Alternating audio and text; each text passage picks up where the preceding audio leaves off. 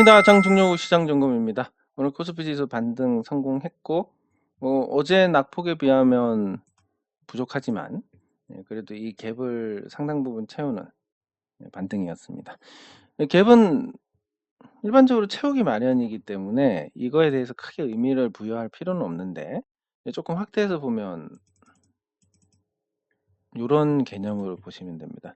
요 하락할 때 만든 갭을 요때 반등으로 채웠고 그리고 요 하락 갭을 또 이 반등으로 채우고 또 떨어지는 이런 수순이 현재 예상할 수 있는 가장 높은 확률이고, 그리고 아직까지 차트로 봤을 때 하락이 끝나지 않았다고 보는 거, 그거는 요 갭을 아직 못 채웠습니다. 요 하락할 때의 갭을 이전에 죽었기 때문에, 그래서 이걸 채우지 못했다는 것은 계속 말씀드리지만 의지다. 하락의 의지가 아직 남아있다. 요렇게 해석할 수 있으니까 현재 시장에 대해서 생각보단 잘 버티지만 크게 기대할 부분은 없다. 다만 이제 저는 이제 조금 긍정적인 요인을 찾았습니다. 뭐냐면 이제 삼성전자에 대한 부정적인 평가인데, 삼성전자가 부정적 평가를 받든 긍정적 평가를 받든 코스피에 대한 흐름은 그렇게 변동이 없습니다. 즉 삼성전자가 코스피를 이끌어서 코스피가 세계 증시 대비 아주 독보적인 수익률을 기록한다든지 이런 경우는 잘 없었기 때문에, 결국은 있는 거 안에서 삼성전자 때문에 상대적으로 좋아지고 나빠지고가 결정이 됩니다. 근데 삼성전자가 앞으로 부정적일 가능성이 크기 때문에 지수가 내리지 않는다, 장기간 횡보를 한다, 그런데 삼성전자 주가는 빠지기 시작한다라고 보면 나머지 종목들은 생각보다 괜찮지 않을까, 요런 생각을 하게 됩니다. 그러면 오늘은 삼성전자에 대해서 약간 시간을 할애해서 어떤 부분이 문제인지 한번 짚어보고 넘어가도록 하겠습니다.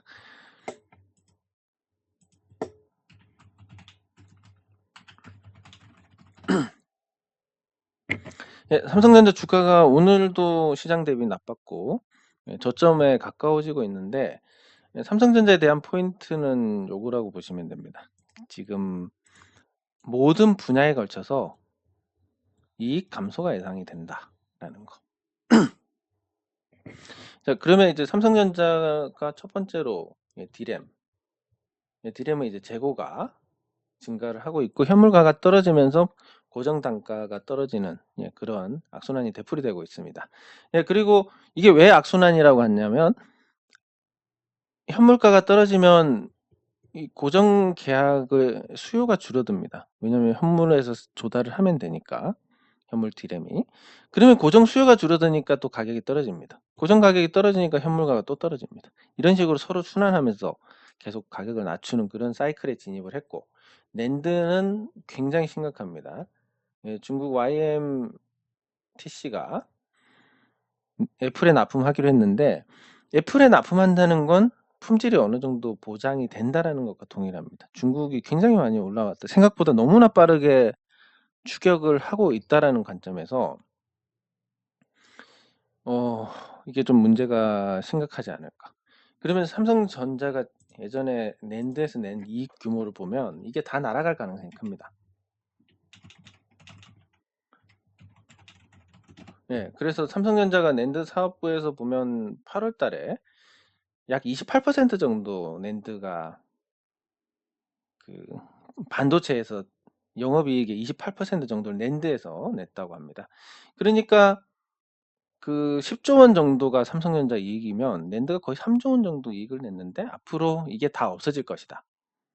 요 구조에 대해서도 조금 이따가 설명을 드릴 거고, 세 번째 스마트폰 같은 경우는 이미 잘 아시겠지만 한때 뭐 애플을 위협할 정도로 플래그십 모델에서도 선전했던 삼성전자가 지금은 그냥 중국제랑 별반 다를 게 없는 상태가 됐습니다. 그렇다 보니까 스마트폰은 현재 이익은 이 ODM 개발부터 생산까지 중국 업체한테 다 맡기고 삼성 상표만 붙이는 그 제품으로 마진을 유지해서 버티고 있지만, 이 써보면 뭐 삼성이나 중국제나 이런 반응이 해외 시장에서 나올 수밖에 없습니다. 왜냐하면 같은 업체가 생산하니까, ODM 업체가 같이 생산하니까. 그러면 이제 삼성전자 스마트폰도 이 플래그십 거품이 빠지고 나면 그럼 이익이 감소할 수밖에 없고 판매량까지 감소할 가능성이 크다. 그럼 여기서도 이익 낼 부분이 거의 없어집니다. 여기다 이제 파운드리는 막대한 투자를 했는데 고객을 뺏어오는 게 실패했습니다. 뭐 수요가 있으니까 투자비를 건지지 못할 정도는 아니지만 여전히 TSMC의 위상이 높다. 파운드리도 부정적, 스마트폰 부정적, 낸드 부정적, D램 부정적. 뭐 OLED도 중국 업체들이 진출을 하면 결국 가격이 떨어질 수밖에 없습니다. OLED 같은 경우는 이제 BOE에서 이미 납품을 하고 있을 거고, 애플에 이미 납품을 하게 됐고, 그래서 중국의 중소형 OLED 점유율이 20%를 돌파를 해버렸습니다. 이제 경쟁 상태로 돌입을 하게 되는데, 삼성전자가 90% 이상 점유율을 유지하고 있었으니까 사실상 가격 결정권을 삼성전자가 쥐고 있었다면, 이제 중국의 BOE가 20% 이상 점유율을 차지하면서 OLED도 경쟁 체제가 됐다. 이 패널 시장은 경쟁이 됐다 그러면 돈을 남기는 게 거의 불가능하게 됩니다. 거기다가 중국 업체 특유의 생산비가 안 드는 구조 때문에 원가 경쟁에서 질 수밖에 없고, 이렇게 치킨 게임 하다 보면 OLED도 날아갈 거고 낸드도 날아갈 거고, D램도 낸드로 미세공정 기술 축적하면 뭐 무사하다고 보기 어렵습니다. 그럼 장기간 삼성전자는 하락할 수밖에 없을 것이다. 삼성전자가 만약에 적자를 기록하게 된다면 주가가 어느 정도가 적정한지를 따져봐야 되는데, 현재 뭐 자산 가치로 봤을 때 삼성전자가 적자를 내게 됐을 때 적정 주가가 현재보다 한 10% 정도 빠집니다. 한 5만 원 정도로 보시면 되는데, 그러면 삼성전자 5만 원까지 밀린다, 이게 문제가 아니라 지금 포스코가 청산 가치 대비해서 3분의 1밖에 안 됩니다, 주가가. 이런 식으로 이제 한국 시장에서 성장성이 없고, 실적을 잘 내더라도 성장성이 없는 기업이 받는 대접이라는 것은 굉장히 인색하기 짝이 없습니다. 그렇기 때문에 삼성전자가 만약에 뭐 포스코까지는 안 되겠지만 그런 성장성을 잃고 실적도 안 나오는 상태가 됐을 때 주가가 어디까지 빠질 수 있느냐, 이걸 보면 뭐 한 4만 원까지도 생각해야 되지 않을까. 그러면 이제 삼성전자가 현재 대비해서 한 30% 정도, 최악의 경우 30% 정도 더 빠진다는 얘기인데, 삼성전자가 30% 빠졌는데 지수가 안 빠지면 다른 종목들은 10% 정도 올라간다라는 이야기가 나오니까, 그래서 삼성전자 부진이 다른 종목에 대한 공포감을 조금은 상쇄를 시켜줄 것이다. 이렇게 볼 수 있습니다. 그러면 조금 더 들어가서 재미가 없지만, 구조적으로 이제 그러면 중국 업체들하고 원가 경쟁이 어떻게 되느냐라고 보면, 중국 업체 같은 경우는 정부에서 이 부지를 조성을 합니다. 뭐 거의 뭐 헐값에 줍니다. 거의 공짜로 줍니다. 그리고 공장을 지을 때 지방 정부가 50% 정도 출자를 합니다. 50-1 그리고 50 플러스 1 이 정도 되지 않을까 싶은데, 그 합작법인에서 이 부지에 투자할 때 이미 합작법인 자체가 절반인데 부지에 투자할 때 대출을 80% 정도 해줍니다, 지방 정부가. 그럼 실질적으로 20%의 자금이 들어가서 공장을 짓게 되는데, 이마저도 실제 지분이 절반이니까 10% 정도 설비에 들어가는 자금이 10% 정도입니다. 그리고 중국 정부가 반도체에 대해서 반도체 OLED나 이런 그 성장 집중 육성하는 이런 산업 분야는 또 정부 보조금으로 거의 100% 보조금으로 설비를 가져올 수 있습니다.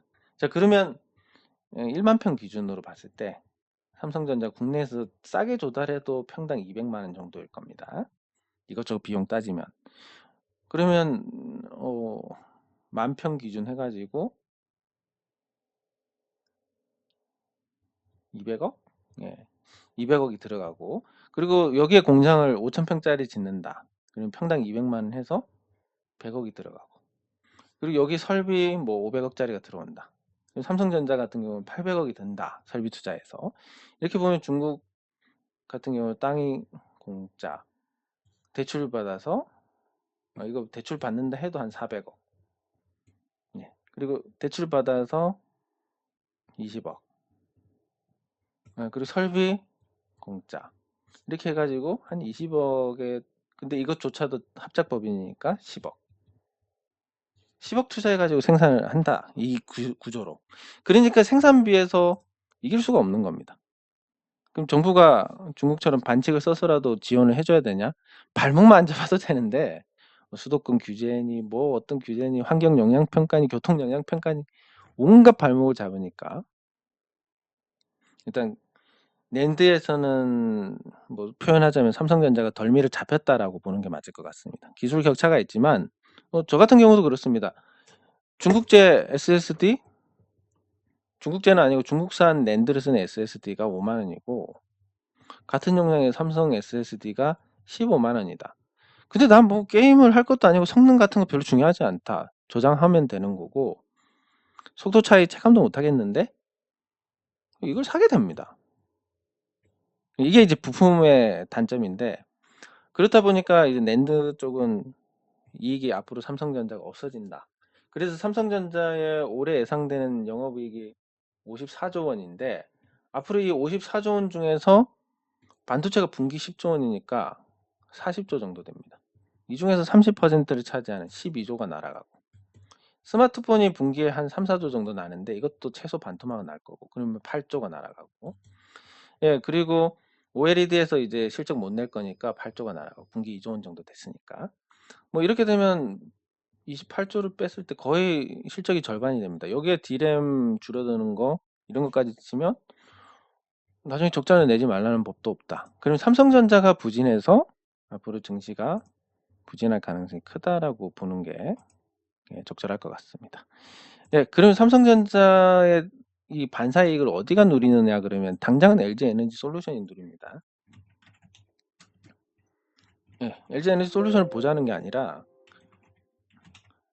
그 LG에너지 솔루션이 삼성전자가 부진한 그 반대를 누리고, 그러면 이거를 어디서 답을 찾아야 되냐면 돈질을 해서 올리는 종목들은 이 끝이 이렇게 됩니다.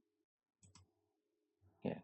과거에 이제 삼성 엔지니어링인데 삼성 엔지니어링이 물론 돌발적인 변수는 있었습니다. 그 수주했던 플랜트에서 큰 적자가 나면서 이렇게 완전히 망가졌는데, 근데 이게 사실 그 당시에도 제가 이게 똑똑히 기억하는데 이 종목의 주가가 5만 원에 보유를 한 투자자가 있었습니다. 그때.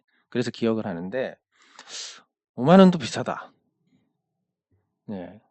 그렇게 얘기를 했었습니다. 근데 이제 이게 이제 유상증자를 했기 때문에 이렇게 표시가 되지만 그때 20만 원 넘었던 기억이 납니다. 20만 원 넘어섰고, 그 과정에서 이 자문형 랩이 7공주라고 해가지고 무지막지하게 주가를 또 올렸습니다. 이 당시에. 그래서 그런 돈질로 올린 주가의 끝이 어떻게 되냐면 요거였는데, 그래서 어마어마한 피해자도 양산하고 자문형 랩도 신뢰가 완전 공두박질치고 여기서도 또 주주들도 큰 피해를 당하고, 예, 그런 일이 있었습니다. 그래서 돈질로 올리는 종목은 결국 끝이 이렇게 될 수밖에 없다. 시장 구조가 그렇습니다.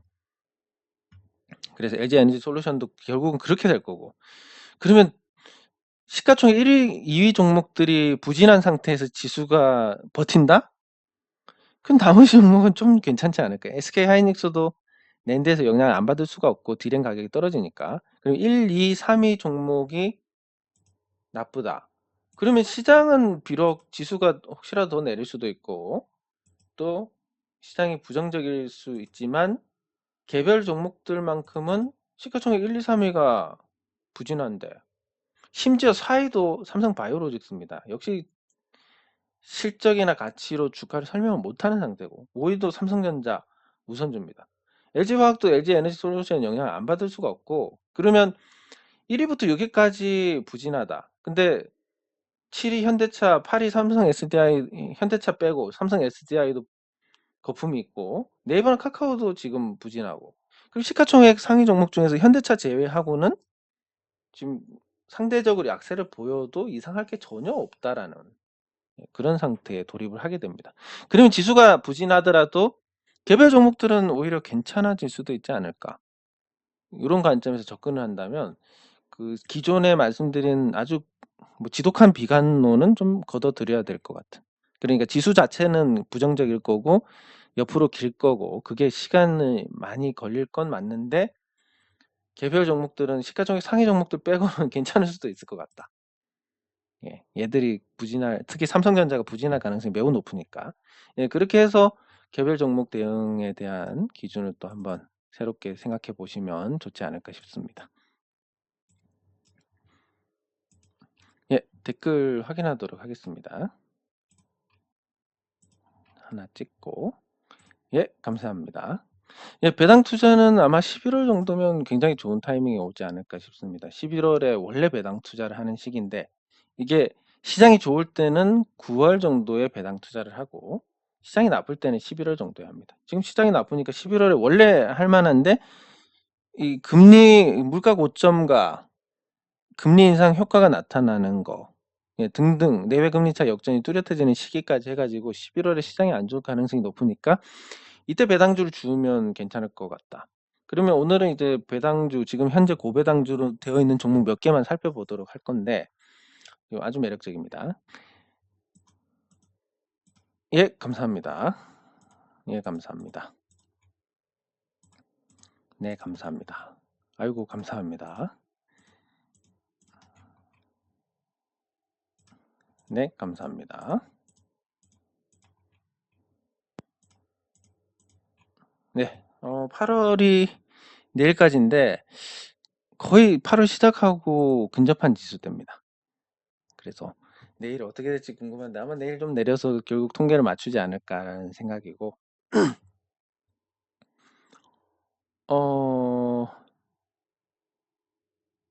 예, 같이 살펴보도록 하겠습니다. S&T중공업.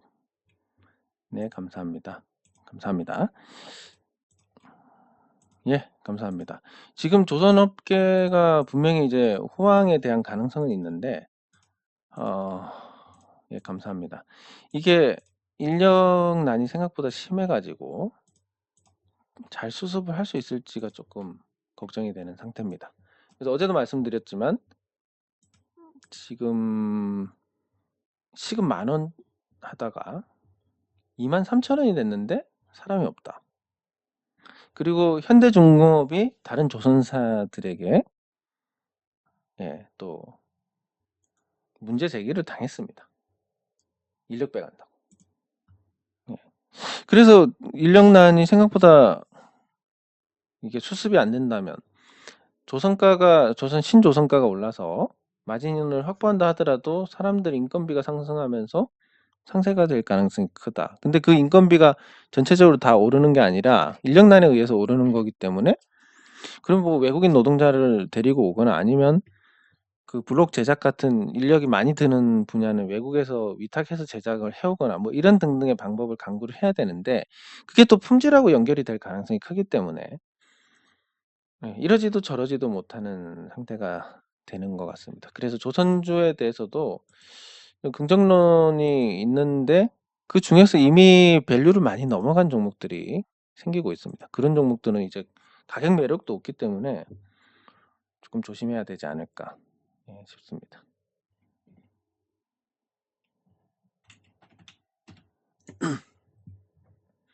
예, S&T 중공업 맞나? 예, S&T 중공업을 추가 매수를 하셨다. 일단 뭐 제 관점이 당연히 맞지는 않고 제가 접근하는 투자에서 많이 오르면 무조건 매수해서는 뺍니다. 왜냐면 이게 결국은 이유라는 게 없기 때문에 그렇습니다. 만약에 S&T 중공업 좋아요. 회사가 좋기 때문에 사는 겁니다. 이때는 왜 안 샀어요? 여기에 반박할 수가 없습니다. 아니 그 좋은 종목이 6,000원대 있을 때는 안 샀다가 왜 12,000원대에 샀을까요? 반박을 못 합니다. 결국은 올랐기 때문에 샀다라는 건데 그러면 올라서 사가지고 좋은 결과가 있느냐 그러면 대체로 좋은 결과가 없습니다. 예, 그러면 이 S&T 중공업에 대해서 그런 관점으로 접근해서 본다면 일단 전고점 돌파했으니까 기술적으로는 접근을 해보는 게 맞지만 이게 신고가 영역이 아니고 과거에 묵은 매물이 존재하는 그런 자리다 보니까 쉽게 오를 수 있을까에 대한 좀 의구심이 생깁니다. 그리고 실적 좋아지고 자산 가치 좋고 거기에 비해서 저평가 상태, 최근에 올랐지만 저평가 상태라는 거. 그래서 나중에 또 오를 수 있는 그런 여지가 있는데, 그렇다 하더라도 이게 단기간에 많이 올랐기 때문에 속도 조절을 할 수밖에 없는 그런 구조입니다. 여기서 그대로 뻗어갈 가능성보다는 숨을 고르고 다시 가든 아니면 그대로 죽든 뭐 이런 거지. 예, 여기서 계속 달린다? 조금 가능성이 떨어집니다.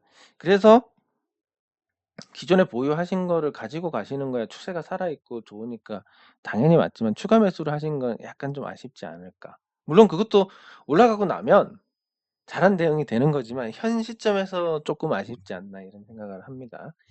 예, 그리고 뭐 회사 자체는 좋기 때문에 편하게 대응을 하시면 될 것 같고 단기 상승에 대한 부담만 아니면 딱히 문제될 것도 없는 그런 상태로 볼 수 있습니다. 생각보다는 괜찮은데 타이밍이 조금 나쁘다라는 정도 보시면 되고. 네, 그러면 이제 배당주 중에서 배당주를 한번 살펴보도록 하겠습니다. 지금 이제 배당 수익률이 높은 종목들 중에 상당수가 뭐 무상증자를 하거나 그런 종목들이 있습니다. 그래서 이거에 대한 종목도 순서대로 보면 이제 현재 기준으로 그런 거 없이 배당 수익률이 가장 높은 게 증권주들입니다. 그러면 이제 여기서 시사하는 부분, 증권주가 계속 재미가 없지만 증권주 만약에 한국은행이 더 이상 금리를 올리지 못한다면 2.75%에서 또는 3%에서 한국은행이 멈췄다. 금리를. 더 이상 금리가 오르지 않습니다. 아마 못 올릴 거라고 봅니다. 한국 경제 상태를 봤을 때 여기서 더 올리면 경제 공황이 오게 됩니다. 자, 그러면 금리가 더 이상 오르지 않는다는 것은 채권 전망이 좋아진다라는 겁니다. 그럼 앞으로 금리가 내릴 일만 남았으니까 채권 사서 기다리다 보면 채권 예를 들어서 3%짜리 수익을 주는 채권을 샀다. 근데 앞으로 금리가 떨어져 가지고 금리가 0%가 됐다. 그럼 이 3%짜리 채권의 가치가 확 올라갑니다. 예, 그래서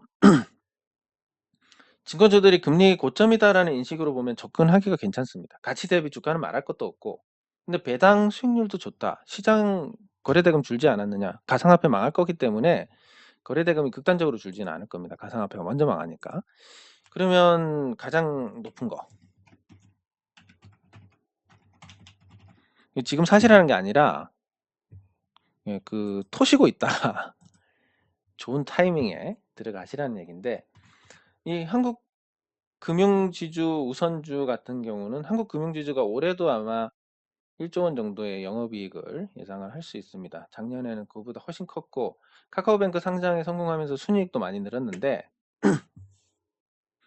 현재 기준으로 요 한국 금융지주 같은 경우는 배당 수익률이 10%, 11.38%가 나옵니다. 11.38%. 그러니까 작년에 배당금 총액이 6,212원입니다. 근데 이거 괜찮지 않을까 이런 생각이 드실 텐데 물론 작년 수준으로 배당을 유지할 가능성이 크지는 않습니다. 근데 뭐 시장이 여기서 내려가면 더 사면 되는 거고 가서 샀는데 배당을 작년보다 반토막 난다 해도 5%고 충분히 좋은 것 같습니다. 그리고 뭐 자산 가치나 이런 걸 따져봤을 때도 저평가 상태고 그럼 11월 달에 사서 만약에 배당을 어느 정도 유지하게 된다면 한 사가지고 시세 차익도 없고 배당 수익도 없고 괜찮은 접근이 됩니다. 지금 말고 더 나빠지면 그래서 한국 금융지주가 또 나쁜 일도 있었기 때문에 그런 관점에서 가장 현재 상태에서는 배당 수익률이 높은 종목이고 그 다음이 삼성증권입니다. 물론 이제 증권사들이 작년에 일회성으로 높은 배당을 했습니다. 삼성증권은 3,800원 배당을 했습니다. 작년. 3,800원 배당을 했고 주가는 5만 원대에서 3만 원대로 내려왔습니다. 그러면 삼성증권이 3,800원 배당에 현재 주가가 34,000원. 그리고 적정 주가가 한 68,000원 정도 보시면 되고, 그리고 실적 가치로 보더라도 이 정도 볼 수 있습니다. 작년에 이제 순이익 기준으로 1조 원이 조금 못 됐는데 올해 실적 추이를 봤을 때 한 6천억 정도? 그럼 작년에 한 60%만 배당한다 하더라도 2,200원 정도 될 겁니다. 2,200원, 34,000원에 사서 2,200원 배당 받는다? 나쁘지 않습니다. 거기다가 주가가 만약에 더 떨어진다면, 더 싸게 사면 2,200원 배당해도 2만 원대에 사면 한 7, 8% 됩니다. 거기서 사서 시세 차익 얻고 배당까지 받으면 꽉 먹고 알 먹고가 되는. 예, 그래서 증권주들이 물론 당연히 작년보다 높은 배당을 안 할 거라는 거는 감안을 하고 접근을 하는 거지만, 예, 이렇게 접근할 수 있고, 예, 그리고 NH투자증권도 마찬가지로 접근을 할 수 있습니다. 예, 아주 저의 고향 같은 존재인데, NH투자증권은 실적 대비해서 당연히 주가가 낮고, 그리고 가치 대비해서도 낮고, 자기 자본이 7조 원대 중반으로 갈 것 같은데 올해 말에. 근데 현재 시가총액이 3조 2천억대. 그리고 실적이 다소 나빠진다 해도 이익은 잘 내고 있습니다. 그리고 이 증권사들이 지금까지 이익을 낸 부분들이 수수료 경쟁했는데 거래 수수료로 얼마나 벌었겠습니까? 대부분 다 이 수수료가 아니라 이자로 벌었습니다. 이자로. 그러니까 어떤 이자냐면 신용, 담보대출 융자 요걸로 벌고, 그리고 이 다른 운용으로는 부동산 PF 쪽으로 벌고, 브릿지 이쪽으로 벌었습니다. 그래서 지금 증권사들이 하나 문제가 되는 게 채권 평가 이익입니다. 금리가 오르는 중이니까 채권 평가 이익 때문에 1분기, 2분기가 안 좋았고 3분기도 안 좋을 겁니다. 3분기까지 금리 올리고 있으니까. 근데 4분기부터는 이제 금리 인상이 멈춘다. 한국만큼은 멈추면 채권 평가 손실이 나지 않게 됩니다. 플러스로 전환하게 되고, 이자 여전히 플러스, 신용 계속 쓸 거고, 썼던 사람들 못 파니까 계속 유지할 거고, 그리고 건설 쪽에 계속 어쨌든 일정 수요가 있고, 이렇게 해서 돈을 돌려나가면 이 자기 자본 이익률이 한창 때 보면 작년 같은 경우는 14%까지 올라갔는데 이게 지금 한 5, 6%로 떨어져 있는데 다시 그 정도 수준이 될 겁니다. 그러면 매출이 크게 감소하지 않는다는 전제로 배당을 작년만큼은 아니지만 어느 정도 할 것이다. NH투자증권 같은 경우는 작년에 배당을 1,050원을 했습니다. 우선주는 1,100원을 하고 1,050원, 1,100원 배당한 종목에 지금 현재 가격이 9,900원입니다. 작년 수준은 아니지만 한 5, 600원만 해도 충분히 좋은데, 이게 만약에 주가가 더 떨어지고 11월이면 배당 받는 그 배당 기일까지 불과 한 달 정도, 한 달에서 두 달 사이 그 정도만 남는 건데, 그렇게 해서 배당 권리 획득하고 시장 좋아질 때 팔고 시세 차익 얻고 이러면 얼마나 좋겠습니까?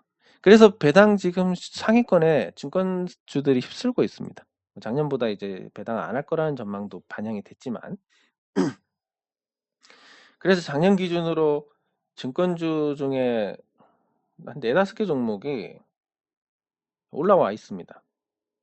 그러면 증권주들이 전반적으로 배당 투자로서 좋구나. 증권주 외에 배당 투자로 좋은 게 있느냐라고 하면 사실 딱히 없습니다. 증권주들이 워낙 독보적으로 좋기 때문에. 근데 하나 찾으면 있는 게 이제 그 금융주주사들, 금융주주사들은 금리 인상에 수혜를 받는 종목들인데 주가가 떨어져 있으니까 또 그런 관점에서 또 괜찮습니다. 이게 작년 기준 배당 수익률은 증권주가 낮고 올해 예상되는 배당 수익률은 오히려 금융주주사가 나올 수 있는데, 그 중에서 이제 동양생명이 실적 전망이 나빠지지 않을 가능성이 높음에도 불구하고 높은 배당을 그대로 유지한다면, 동양생명 같은 경우도 작년에 620원 배당을 했습니다.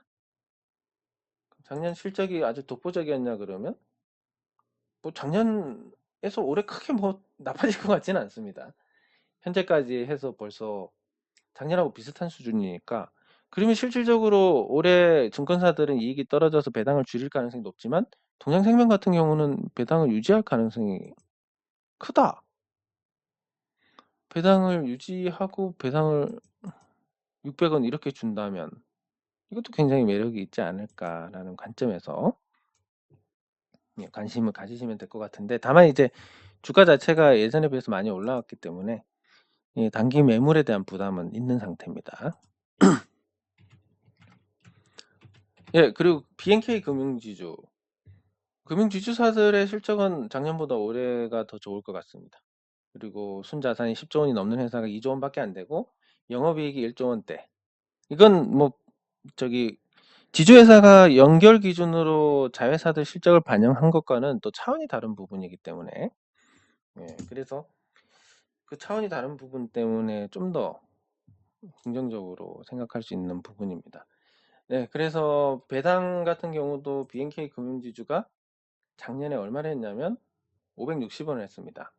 그럼 주가가 만약에 그 수준으로 떨어지면 지금 현재는 8%대인데 10%대가 될 거고, 실적이 안 줄어드니까 이건 8% 이상 배당을 받을 수가 있습니다. 그러면 아무리 금리가 높아진다 해도 요즘 예금금리 뭐 정기예금 들면 3%인데 그냥 상식적으로 생각해서 위험을 조금 감수를 해야 되겠지만, BNK 금융지주를 만약에 주가가 떨어져서 한 6,000원에 샀다.